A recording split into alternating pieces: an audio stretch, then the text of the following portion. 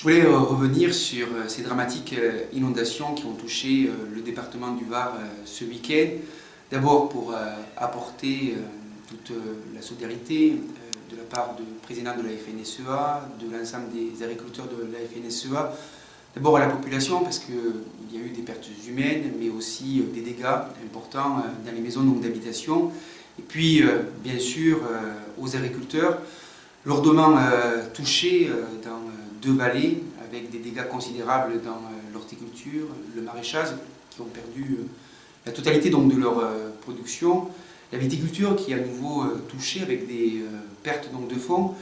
Donc d'abord, bien sûr, un appel à la solidarité auquel on va accompagner ces agriculteurs, en remettre en état donc, ces exploitations, et puis l'appel auprès du gouvernement, du Premier ministre, d'abord pour pouvoir mobiliser les aides au titre des calamités donc agricoles pour venir au plus tôt répondre aux besoins de trésorerie des agriculteurs qui sont impactés par ce sinistre-là. Et puis interpeller le Premier ministre sur cette récurrence de ces inondations. 2008, 2009, 2011, 2014, 4 inondations. Les agriculteurs sont très frappés parce qu'il y a une incompréhension qui est née par la récurrence de ces inondations, notamment par la difficulté qu'ont aujourd'hui les agriculteurs à entretenir les cours d'eau, les ruisseaux, par rapport à des problématiques environnementales.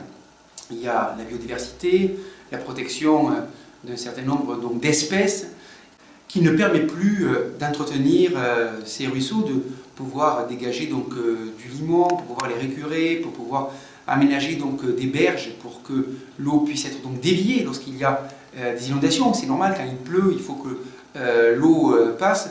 Et on en appelle au bon sens des collectivités, au bon sens des environnementalistes, au bon sens donc, des pouvoirs publics pour trouver donc, les solutions qui permettent aux agriculteurs, aux communes de travailler et de pouvoir aménager ces cours d'eau et ces ruisseaux.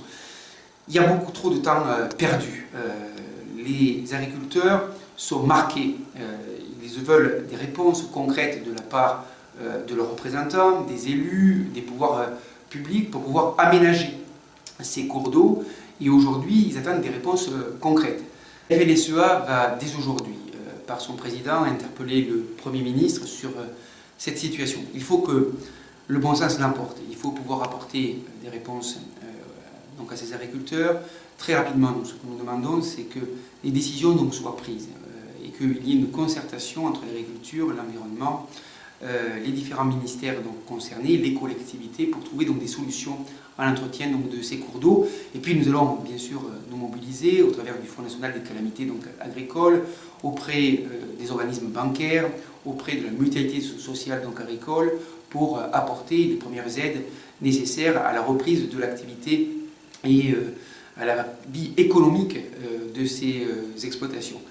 Il y a vraiment un enjeu, il faut à tout prix préserver cette agriculture, cette économie dans ce département, l'horticulture, le maraîchage, la viticulture.